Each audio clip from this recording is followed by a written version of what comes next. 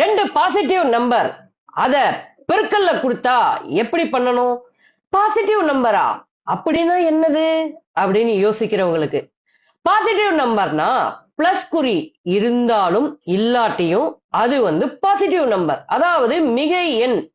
இப்ப 5 பெருக்கல் 4, 5 பெருக்கல் 4, இந்த 5க்கு முன்னாடியும் 4க்கு முன்னாடியும் பிளஸ் சிம்பல், அதாவது கூட்டல் குறி இருக்கிறதா நம்ம எடுத்துக்கணும். இப்படி இருக்க நம்பருக்கு பெருக்கல் கொடுத்தா எப்படி பண்ணணும்? ரெண்டு நம்பரையும் ஈஸியா எளிமையா பெருக்கி விட்டுறணும். 5ஐயும் 4ஐயும் பெருக்குனா என்ன? 20. நம்ம ஆல்ரெடி என்ன சொல்லியிருந்தோம்? இது ஒரு மிகை நம்பர், அதாவது பிளஸ் குறி கூட்டல் குறி முன்னாடி நம்பருக்கு இருக்கிறதா நினைச்சுக்கணும்.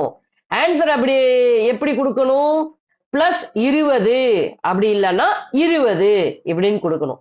இதே மாதிரி தொடர்ந்து கணக்குகளை எளிமையா வித்தவுட் பென் அண்ட் பேப்பர் இல்லாமையே தெரிஞ்சுக்கணும் அப்படின்னு நீங்க நினைக்கிற பட்சத்துல நம்மளோட யூடியூப் சேனலான பிரசாத் அருண் அதை சப்ஸ்கிரைப் பண்ண மறக்காதீங்க.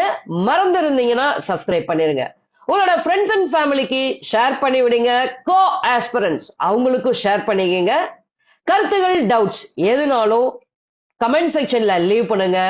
நம்ம வீடியோஸ் எல்லாத்துக்கும் கெத்தா ஒரு லைக்கை போட்டு சூப்பரா தொடர்ந்து படிச்சுட்டே இருங்க.